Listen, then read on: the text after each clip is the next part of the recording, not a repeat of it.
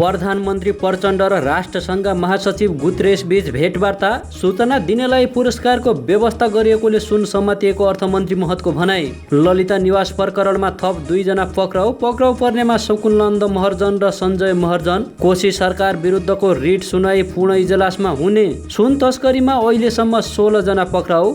नक्कली बिल बनाएर भ्रष्टाचार गरेको आरोपमा पूर्व वडा अध्यक्ष सहित 10 जना विरुद्ध आरोप पत्र दायर। बाँदरले बाली क्षति गरे सरकारले 10,000 सम्म राहत दिने। वन्यजन्तुका कारण घाइते भए 2 लाखसम्म दिने निर्णय। भातृ सङ्गठन र शुभेच्छिक संस्थाले आफ्नो माग राख्दा कालोमुसो दल्ने वा शारीरिक आक्रमण गर्नेलाई पार्टीबाट निकाल्नुपर्ने महामन्त्री शर्माको भनाई। सरकारको भ्रष्टाचार विरोधी अभियानमा हाम्रो साथ छ, नेत्र विक्रम चन्दको भनाई। भ्रष्टाचार विरोधी अभियानमा सञ्चालन गरेकोमा खुसी लागेको उनको जिकिर। काङ्ग्रेसका अधिकांश केन्द्रीय सदस्यले नक्कली भुटानी शरणार्थी प्रकरणमा रहेका नेता बालकृष्ण खाँडलाई निलम्बन गर्नु नपर्ने जोड। विधेयक ल्यायो भनेर राजीनामा मागियो। साथीहरूलाई ठाउँ चाहिएको भए पद छोड्न तयार रहेको कानुन तथा संसदीय मामिला मन्त्री धनराज गुरुङको भनाई। मध्य पहाडी लोकमार्गमा सुरुङ बनाउन अध्ययन सुरु। भ्रष्टाचार बारे गगन थापाको 13 बुँदे मत। फौजदारी अभियोग लागेकालाई निलम्बन गर्नुपर्छ। नेतालाई एउटा नागरिकलाई अर्कै कानुन हुन सक्दैन, सबैलाई कानुन बराबर रहेको गृहमन्त्री श्रेष्ठको भनाई। भ्रष्टाचार काण्डमा दोषीलाई सरकारले निर्ममतापूर्वक कारबाही गर्नुपर्छ, घनश्याम भुसालको भनाई। गएको आर्थिक वर्षमा चितवनमा जङ्गली जनावरको आक्रमणमा परि 12 जनाको ज्यान गयो। बैतडीमा पहिरोमा परेर आमा छोराको ज्यान गयो, 3 जना घाइते। सामाखुसीमा खोलाले बगाएर बेपत्ता भएका बालकको अवस्था अझै थाहा हुन सकेन। प्रहरी रिपोर्टका सबै काम अनलाइन मार्फत गर्न परराष्ट्र मन्त्रालयको निर्देशन। बेपत्ता पारिएका व्यक्तिको छानबिन र सत्य निरूपण तथा मेलमिलाप विधेयकमाथि छलफल। गगनले भने दलको नेता फेर्न लागेको हुँ, पार्टी फुटाउन होइन। एकीकृत समाजवादीलाई कार्यकर्ता जोगाउनै मुस्किल, पार्टी छोड्नेको सङ्ख्या बढ्दो। अमेरिका लैजाने भन्दै 60 लाख लिएर विदेशमा अलपत्र पार्ने तामाङ पक्राउ। राजनीतिक तहमै हुने भ्रष्टाचार नियन्त्रण गर्न निर्वाचन प्रणालीमा सुधार गरौँ, उपेन्द्र यादव। सरकार भुटानी शरणार्थी प्रकरणमा जरैसम्म पुग्न सकेन, राजेन्द्र पाण्डेको भनाई। लगायतका मुख्य र महत्त्वपूर्ण खबर लिएर आएका छौँ। भिडियोलाई अन्तिमसम्म हेर्नुहोला। यदि च्यानलमा नयाँ हुनुहुन्छ भने सब्सक्राइब गर्नुहोला र हाम्रो यो मेहनतको लागि भिडियोमा एक लाइक अवश्य गर्न नभुल्नुहोला। अब समाचार विस्तारमा। अर्थमन्त्री प्रकाश शरण महतले आर्थिक वर्ष 2080-81 को बजेटमा अवैध गतिविधिबारे सूचना दिने व्यक्तिलाई पुरस्कारको व्यवस्था गरिएकै कारण विमानस्थलबाट 100 किलो सुन समातिएको बताएका छन्। नेपाल प्रेस युनियनले रूपन्देहीमा सोमबार गरेको पत्रकार सम्मेलनमा अर्थमन्त्री महतले अवैध गतिविधिबारे सूचना दिने व्यक्तिलाई पुरस्कार दिने व्यवस्था यसअघि बीचमा हटाइएको तर आफूले बजेट मार्फत त्यसलाई पुनः निरन्तरता दिएको बताए। भन्सारमा कतिपय कुराहरूलाई अनियमित कुरा निषेध गर्न पुरस्कारको व्यवस्था गरेको छु। सूचना दिनेलाई यो व्यवस्था बीचमा हटेको थियो। मलाई लाग्छ त्यसले पनि यो सूचना प्राप्ति गरी पक्राउ गर्न मद्दत पुग्यो, उनले भने। उनले सुन प्रकरणमा जरैसम्म पुग्ने गरी अनुसन्धान जारी रहेको बताएका छन्। भन्सारमा अवैध गतिविधि हुन नदिन आधुनिक मेसिन जडानदेखि त्यहाँ रहेका मेसिन अपडेट र कर्मचारीहरूलाई चुस्त बनाइने काम भइरहेको उनले बताएका छन्। कर्मचारीहरूमा उदासीनता भएको भए कारबाही हुन्छ, भइसकेको पनि छ। यसमा पारदर्शी ढङ्गबाट अनुसन्धान पनि कारबाही हुन्छ। राज्य संयन्त्र गम्भीर छ, उनले भने। मन्त्री महतले मुलुकमा सुशासन कायम गर्न र अनियमितता गैर कानुनी कार्य हुन नदिन सरकार कटिबद्ध रहेको पनि बताएका छन्। यस्तै ललिता निवास प्रकरणमा थप 2 जना पक्राउ परेका छन्। पक्राउ पर्नेमा शकुननन्द महर्जन र सञ्जय महर्जन रहेका छन्। उनीहरू नक्कली मोहिरहेको केन्द्रीय अनुसन्धान ब्युरो CIB का SSP दिनेश आचार्यले जानकारी दिए। उनीहरूलाई ललितपुरको कुपनडोल क्षेत्रबाट सोमबार दिउँसो पक्राउ गरिएको आचार्यले बताएका छन्। यो सँगै यस प्रकरणमा पक्राउ परेका 21 जना CIB को हिरासतमा छन्। यसअघि शुक्रबार सर्वोच्च अदालतले सञ्चार सूचना तथा प्रविधि मन्त्रालयका सचिव कृष्ण बहादुर राउतलाई छाड्न आदेश दिएको थियो। अहिले उनलाई हिरासतमा नराखिने अनुसन्धान भइरहेको हो। राउतले सर्वोच्चमा बन्दी प्रत्याक्षीकरणको रिट दायर गरेका थिए।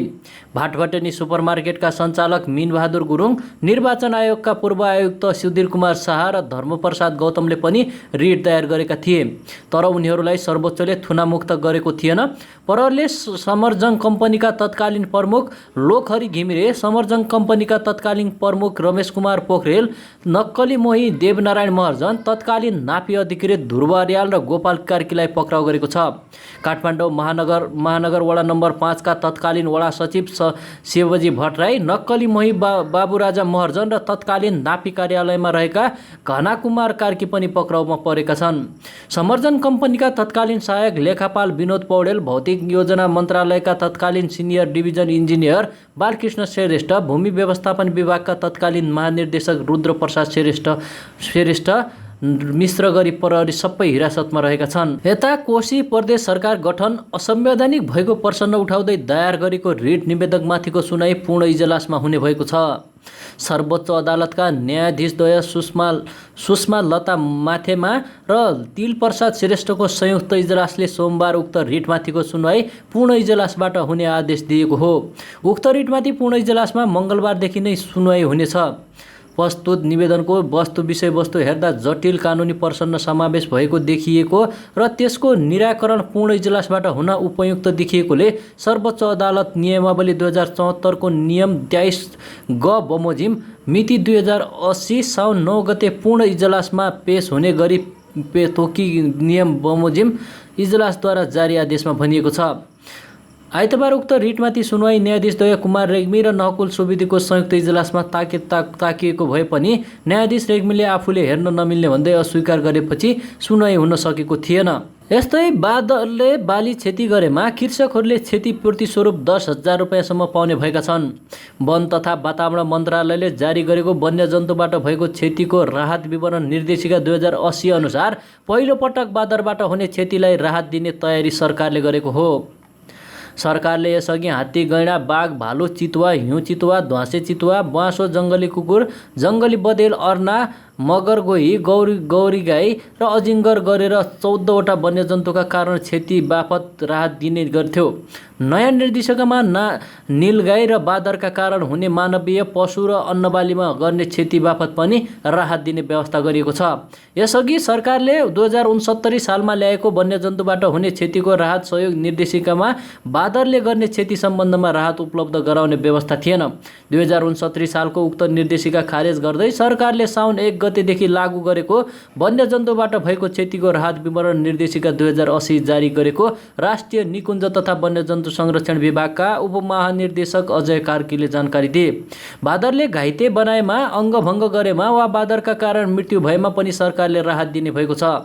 निर्देशिकामा बादरका कारण सामान्य घाइते भएमा 20,000, गम्भीर घाइते भएमा 2 लाख र मृत्यु भएमा 10 लाख रुपियाँ राहत स्वरूप दिने उल्लेख छ। अन्य वन्यजन्तुको हकमा पनि यही प्रावधान छ। नेपालको मध्य पहाडी क्षेत्रमा बादर र तराई क्षेत्रमा नीलगाईले धेरै दुःख दिने गरेको उनले बताए। वन्यजन्तुमा मानव बस्तीमा प्रवेश गरेर आक्रमण गरेमा र राष्ट्रिय निकुञ्ज वा आरक्ष बाहेक अन्य क्षेत्रमा विधिपूर्वक प्रवेश गर्दा वन्यजन्तुको आक्रमणमा परेमा सरकारी काममा खटिएका कर्मचारी र वन्यजन्तुको संरक्षण र व्यवस्थापनको काममा अनुमति लिए खटिएका वन हेरौला तथा कामदार वा अनुमति प्राप्त प्रकृति प्रथालाई वन्यजन्तुले आक्रमण गरेर मृत्यु भएमा, गम्भीर घाइते भएमा वा सामान्य घाइते भएको अवस्थामा राहत उपलब्ध गराइने निर्देशकमा उल्लेख छ। अख्तियार दुरुपयोग अनुसन्धान आयोगले नक्कली बिल बनाएर भ्रष्टाचार गरेको आरोपमा 10 जना विरुद्ध आरोप पत्र दायर गरेको छ। आयोगले ओखलढुङ्गाको सिद्धिचरण नगरपालिकाका पूर्व प्रमुख प्रशासकीय अधिकृत, वडा अध्यक्ष र प्राविधिक सहित 10 जना विरुद्ध हिजो विशेष अदालतमा आरोप पत्र दायर गरेको हो। आयोगले आर्थिक वर्ष 2075 र 76 मा सिद्धिचरण नगरपालिका 10 मा विद्युत पोल, तार र ट्रान्समिटर खरिद आयोजनामा मिलोमतो गरी भ्रष्टाचार गरेको भन्दै उनीहरू विरुद्ध आरोप पत्र दायर भएको हो। तत्कालीन प्रमुख प्रशासकीय अधिकृत भोजराज खतिवडा, वडा नम्बर 10 का तत्कालीन अध्यक्ष दामोदर धमला, तत्कालीन इन्जिनियर अमृत कुमार दाहाल र तत्कालीन खानेपानी तथा सरसफाई प्राविधिक दिलकुमार बुढाथोकीलाई 4,77,879 रुपियाँ बिगो असुल पर गरी कैद र जरिवानाको माग दाबी गरिएको छ। उपभोक्ता समितिका अध्यक्ष डी कुमार धमला, सचिव दीपक प्रसाद धमला र कोषाध्यक्ष गोठीमाया मगरबाट पनि 4,77,879 रुपियाँ बिगो वसुल पर गरी सजायको माग दाबी गरिएको हो। नेपाली काङ्ग्रेसका महामन्त्री विश्वप्रकाश शर्माले भातृ सङ्गठन र शुभेच्छुक संस्थाले आफ्नो माग राख्दा मर्यादित हुनुपर्ने बताएका छन्। केन्द्रीय कार्य समितिको बैठकमा बोल्दै महामन्त्री शर्माले कालो मोसो दल्ने वा शारीरिक आक्रमण गर्नेलाई पार्टीको साधारण सदस्यहरू नरहने गरी कारबाही गर्नुपर्ने बताए। बताएका छन्। माग पूरा गराउन दबाब दिनका लागि कालोमुसो दल्ने र शारीरिक आक्रमण गर्ने तथा कानुन हातमा लिनेहरूलाई पार्टी सदस्य नरहने गरी पार्टीले कारबाही गर्छ, महामन्त्री शर्माले भने। एक ठाउँमा आक्रमण हुन्छ, देशभरिको काङ्ग्रेस आलोचित हुन्छ। एक ठाउँमा भातृ वा शुभेच्छुक संस्थाले माग राख्दै गर्दा कालोमुसो दलिदिन्छन्, देशभरिको काङ्ग्रेसको बदनाम हुन्छ। यस विषयमा यस्ता व्यक्तिको धारणा सदस्यता खारेजका साथै अन्य कारबाही पनि गर्छ भन्ने सन्देश काङ्ग्रेसले दिनुपर्ने उनले बताएका छन्। यस्तै नेपाल कम्युनिस्ट पार्टी नेकपाका महासचिव नेत्रविक्रम चन्दले वर्तमान सरकारको भ्रष्टाचार विरोधी लडाइँमा आफूहरूको साथ रहेको बताएका छन्। साथै माओवादी केन्द्र नेतृत्वको सरकारले भ्रष्टाचार विरोधी अभियान सञ्चालन गरेकोमा खुसी लागेको पनि बताएका छन्। माओवादी केन्द्रको महासचिव बन्ने चर्चा भइरहेको बेला उनले यसबारे प्रतिक्रिया दिएका हुन्। सोमबार काठमाडौँमा आयोजित समाजवादी यात्राको चुनौती, भ्रष्टाचार र दण्डहीनता विषय प्रवचन गोष्ठीमा बोल्दै उनले भ्रष्टाचार विरोधी अभियान माओवादी केन्द्र नेतृत्वको सरकारले सञ्चालन गरेकोमा खुसी व्यक्त गरेका थिए। यस्तै गृहमन्त्री नारायण काजी श्रेष्ठ हुनु, त्यसमा उपेन्द्र यादव सहितका दलहरू सहभागी हुनुमा खुसी भएको कुरा रहेको उनले भनेका छन्। भ्रष्टाचार विरोधी लडाइँमा सरकार आफै सहभागी हुनु राम्रो कुरा भएको उल्लेख गर्दै महासचिव चन्दले आफ्नो पार्टीले सडकबाटै जनतालाई एकीकृत गरेर साथ दिइरहेको पनि दाबी गरे। चन्दले भने, अहिले गृहमन्त्री उपप्रधानमन्त्रीजी हुनुहुन्छ, खुसी पनि लागेको छ। नेपाल कम्युनिस्ट पार्टी माओवादीको नेतृत्वमा सरकार छ र हाम्रो उपेन्द्र यादव कमरेड पनि हुन्छ, अरू समाजवादी पार्टीहरू पनि सबै हुनुहुन्छ र एउटा लडाइँ जस्तो पनि देखिएको छ। यो राम्रो कुरा हो, हामीले पनि साथ दिएका छौँ, उनले बताउनु भएको छ। नेपाली काङ्ग्रेसका अधिकांश केन्द्रीय सदस्यले नक्कली भुटानी शरणार्थी प्रकरणमा थुनामा रहेका नेता बालकृष्ण खानलाई निलम्बन गर्नु नपर्नेमा जोड दिएका छन्। आइतबारसम्म बैठकमा 150 जनाले धारणा राख्दा अधिकांश सदस्य खानको बचाउमा उत्रिएका छन्। संस्थापक पक्षका सांसदहरू उनको बचाउमा एक ढिक्का बनेका थिए। संस्थापन इतर पक्षका केन्द्रीय सदस्यहरू प्रदीप पौडेल, अजय बाबु शिवाकोटी र मधु आचार्यले मात्रै खानलाई निलम्बन गर्ने विषय उठाएका छन्। नक्कली भुटानी शरणार्थी ललिता निवास लगायतका भ्रष्टाचार काण्डमा आफ्नो नेता, कार्यकर्ता, शुभेच्छुक तथा जो कोहीका बारेमा ठिक ढङ्गले छानबिन गरेर निष्कर्षमा पुर्याउन काङ्ग्रेसले मद्दत गर्नुपर्नेमा पौडेलले बताए। भ्रष्टाचारको विषयमा निरपेक्ष रहनु भ्रष्टाचारकै प्रक्षेपण गर्नु हो, यो भावनाको होइन, सैद्धान्तिक विषय हो, पौडेलले भने। भुटानी शरणार्थी र ललिता निवास काण्डमा अनुसन्धानमा रहेकाहरूलाई पार्टीले जिम्मेवारीबाट मुक्त गर्नुपर्छ। मुद्दाको पूर्वपक्षका सिलसिलामा खाँड थुनामा छन्, तर भ्रष्टाचार मुद्दा खेपिरहेका नेता विजय कुमार गच्छेदार र मनाङबाट निर्वाचित संसद समिति रहेका टेकबहादुर गुरुङ भने केन्द्रीय कार्य समितिमा उपस्थित भएरै धारणा राखेका छन्। पार्टी सभापति शेरबहादुर देउवाले भ्रष्टाचार मुद्दा लागेकै अवस्थामा गच्छेदारलाई पार्टीको 14औं महाधिवेशनमा आफ्नो टिमबाट उपसभापतिमा प्रतिस्पर्धा गराएका थिए। पराजित भएपछि सदस्य मनोनयन गरेका हुन्। गुरुङको सदस्य पद पनि निलम्बनमा परे पनि पार्टीमा उनको सदस्यताको हैसियत कायम छ।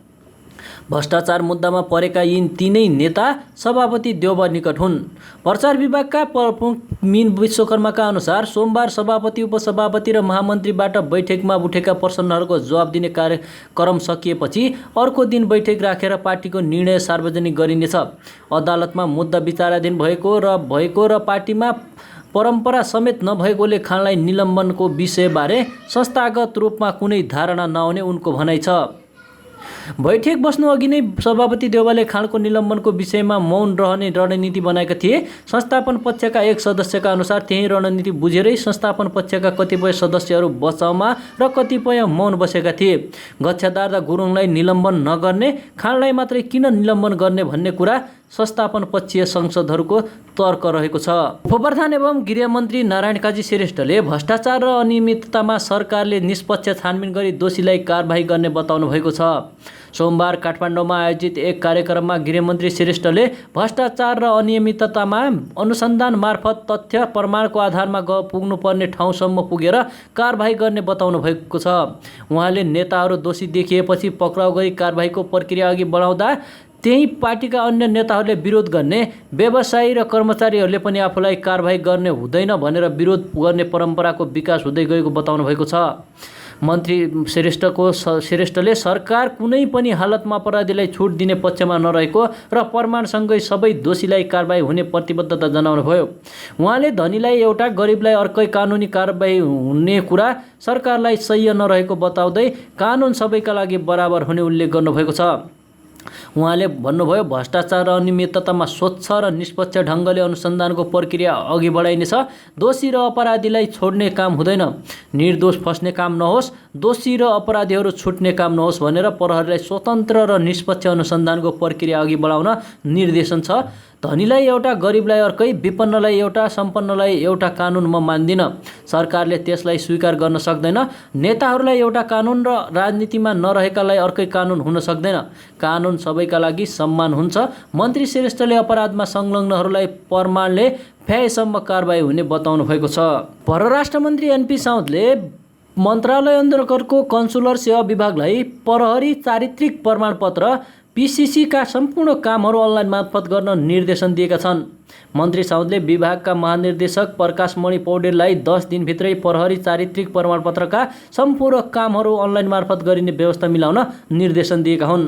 अहिले प्रहरी चारित्रिक प्रमाणपत्रका अन्य कामहरू अनलाइन मार्फत हुने भए पनि कन्सुलर विभागको छाप र प्रमाणीकरण गर्ने अधिकारीको हस्ताक्षर सहितको पत्र बुझ्न सेवाग्राही स्वयं अथवा इच्छाएको व्यक्ति उपस्थित हुनै पर्ने व्यवस्था छ, जसले गर्दा राहदानी विभागमा सेवाग्राहीको भिड लाग्ने र समयमै सेवा नपाउने भएकोले सो न्यूनीकरणका लागि अनलाइन मार्फत सेवा पाउने व्यवस्था गर्नुपर्ने मन्त्री साउदको भनाइ छ। कन्सुलर सेवालाई सरल, सहज, पारदर्शी र उत्तरदायी ढङ्गले सम्पन्न गर्न सुशासन व्यवस्थापन सञ्चालन ऐन 2064 को दफा 9 ले दिएको अधिकार प्रयोग गरी सरकारको 2070 वैशाख 20 गतेका निर्णयअनुसार परराष्ट्र मन्त्रालय अन्तर्गत कन्सुलर सेवा विभागको स्थापना भएको हो। कन्सुलर सेवा विभागका महानिर्देशक पौडेलले अनलाइन मार्फत कामहरू अघि बढाउनका लागि टिप्पणी उठाउने काम भइरहेको र मन्त्रीबाट स्वीकृत गराएर 2 साताभित्रै लागू गरिने बताउनु भएको छ। पीसीसीका कामहरू अनलाइन मार्फत नै हुँदै आएका थिए।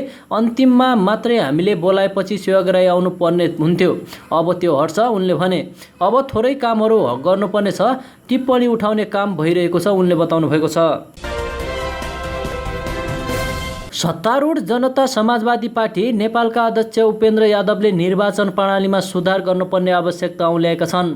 महँगो निर्वाचन प्रणालीले मुलुकमा राजनीतिक भ्रष्टाचारलाई प्रोत्साहन गरेकोले त्यसको सुधार तत्काल गर्नुपर्ने उनको भनाइ थियो।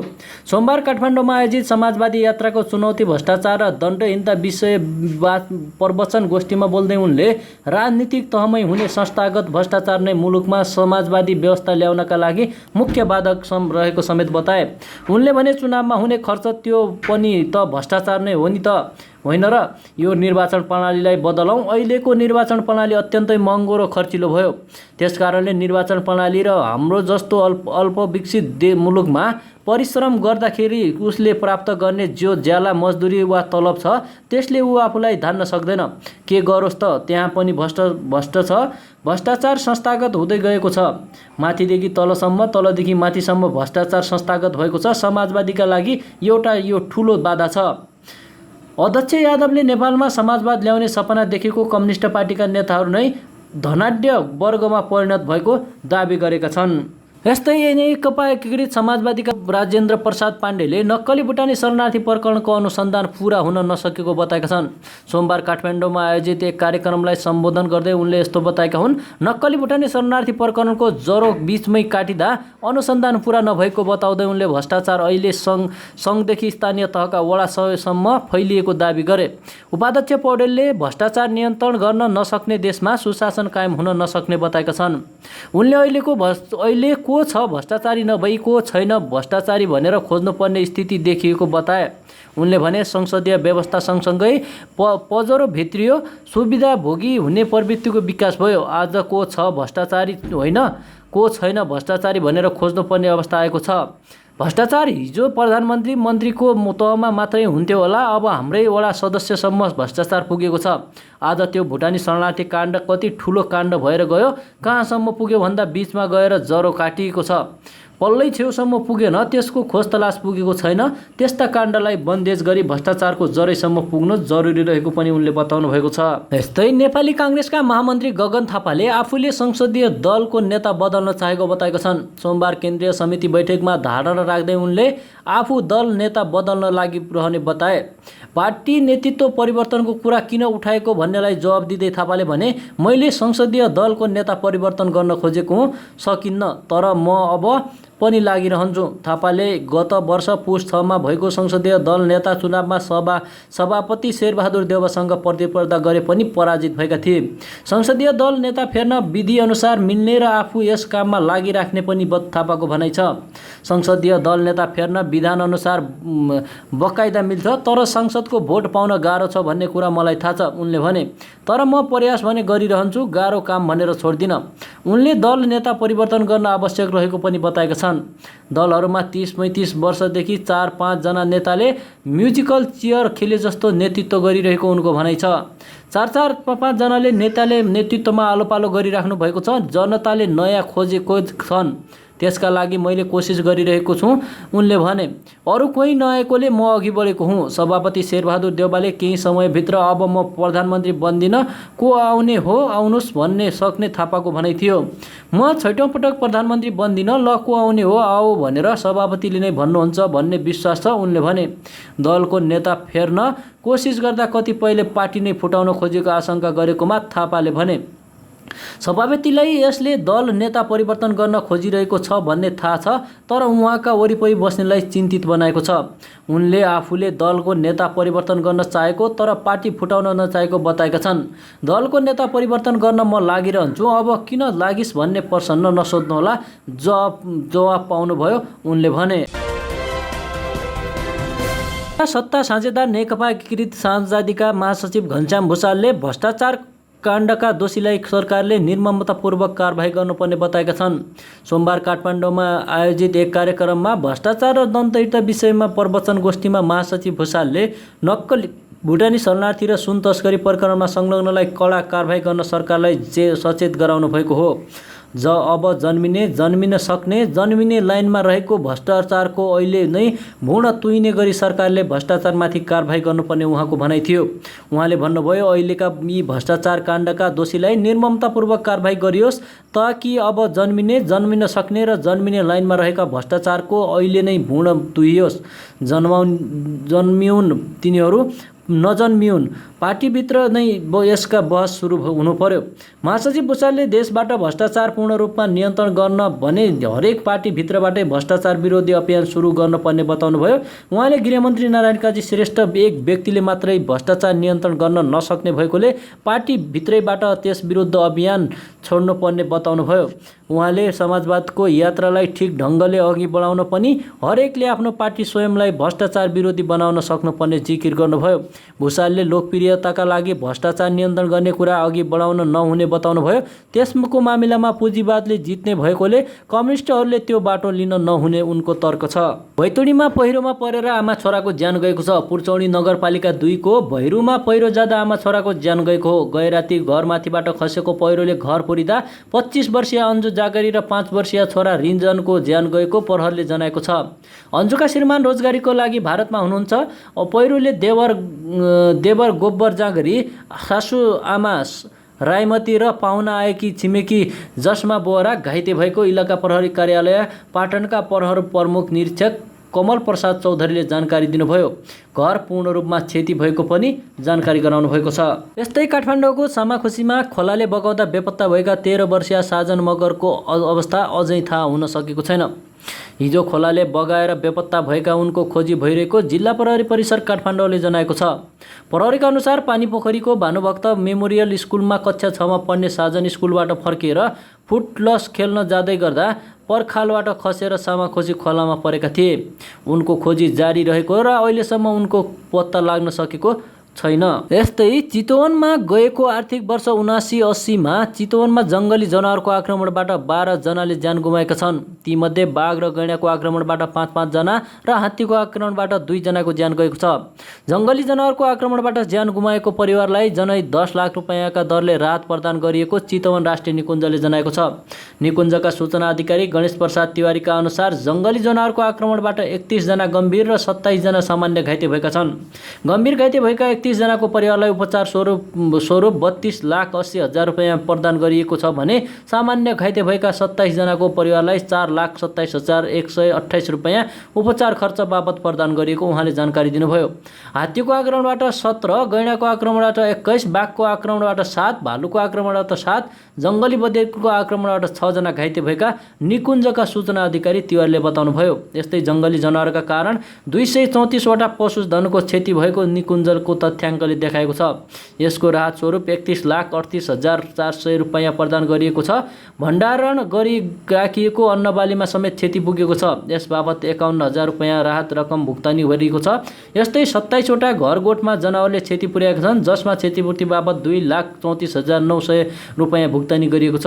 यस्तै अन्नबालीमा क्षति 517 पटक गरेको पाइएको छ, जसको राहत स्वरूप निकुञ्जले 39,58,625 रुपैयाँ भुक्तानी गरेको छ। निकुञ्जका सूचना अधिकारी तिवारीका अनुसार गएको आर्थिक वर्षमा निकुञ्जका जनावरका कारण 856 वटा घटना भएका छन्। त्यसको राहत स्वरूप निकुञ्जले 2,30,90,069 रुपैयाँ राहत रकम स्थानीयलाई बुझाएको छ।